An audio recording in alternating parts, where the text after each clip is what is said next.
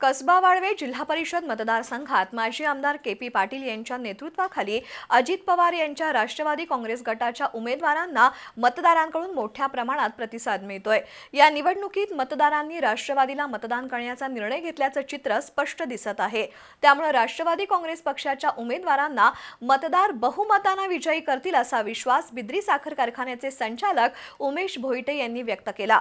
कसबा वाळवे येथे आयोजित प्रचार फेरी दरम्यान ते बोलत होते।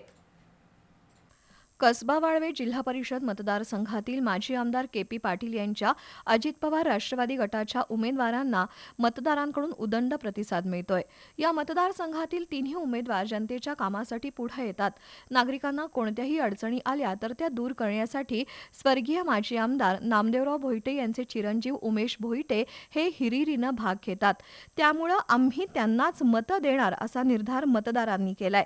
या मतदारसंघातील तिन्ही उमेदवार जनतेच्या अडचणी समजून घेऊन त्या सोडवण्यासाठी तत्परतेने पुढाकार घेत असल्यामुळे मतदारांमध्ये त्यांच्याविषयी विश्वास निर्माण झालाय। विशेषतः स्वर्गीय माजी आमदार नामदेवराव भोईटे यांचे चिरंजीव उमेश भोईटे हे नागरिकांना कोणतीही अडचण आली तर त्यासाठी प्रयत्न करून तो प्रश्न मार्गी लावत असल्याने मतदारांमध्ये त्यांच्याविषयी विशेष आपुलकी दिसून येत आहे।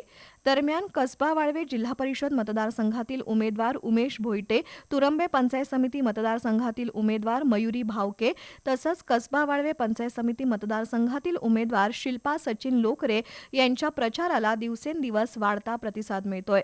प्रचारादरम्यान गावोगावी झालेल्या भेटींमध्ये महिलांचा, युवकांचा तसंच ज्येष्ठ नागरिकांचा मोठा सहभाग पाहायला मिळत आहे। या तिन्ही उमेदवारांचं निवडणूक चिन्ह घड्याळ असून 7 फेब्रुवारीला घड्याळ या चिन्हासमोरील बटण दाबून त्यांना प्रचंड मतांनी विजयी करण्याचं आवाहन माजी जिल्हा परिषद सदस्य सुमित्रा भोईटे यांनी केलंय। एकूणच कसबा वाळवे जिल्हा परिषद मतदारसंघात अजित पवार राष्ट्रवादी काँग्रेस गटाच्या उमेदवारांना मिळणारा वाढता पाठिंबा पाहता त्यांचा विजय सोपा झाल्याची चर्चा नागरिकांमध्ये सुरू आहे।